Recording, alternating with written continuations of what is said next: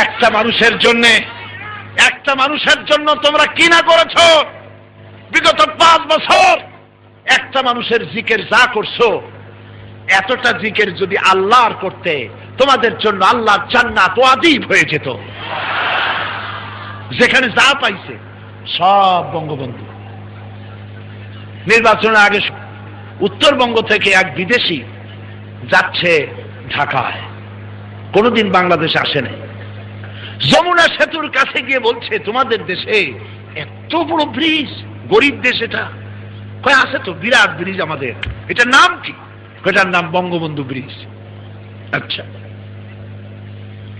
ঢাকা শহরে প্রবেশ করে গুলিস্তানের মোড়ে বিরাট বিরাট বিল্ডিং দেখে অবাক হয়ে গেছে। এই জায়গার নাম কি?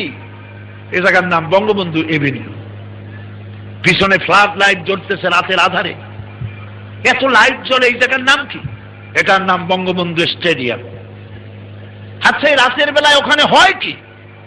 এখানে বঙ্গবন্ধু গোল্ড কাপ টুর্নামেন্ট হচ্ছে। বিদেশি বলল, তাহলে তো দেখতেই হয়, চলো যাই। খেলা দেখতে গেছে, খেলায় হার জিত আছে।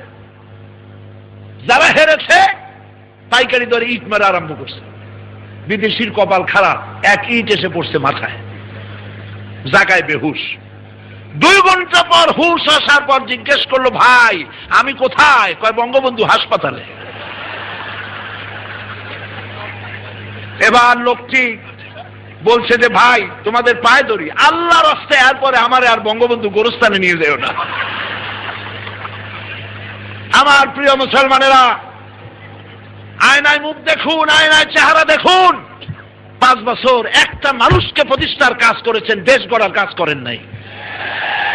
মুসলমানদেরকে নির্যাতন করেছেন, আলেমদেরকে নির্যাতন করেছেন, মাদ্রাসার ছাত্রদেরকে নির্যাতন করেছেন।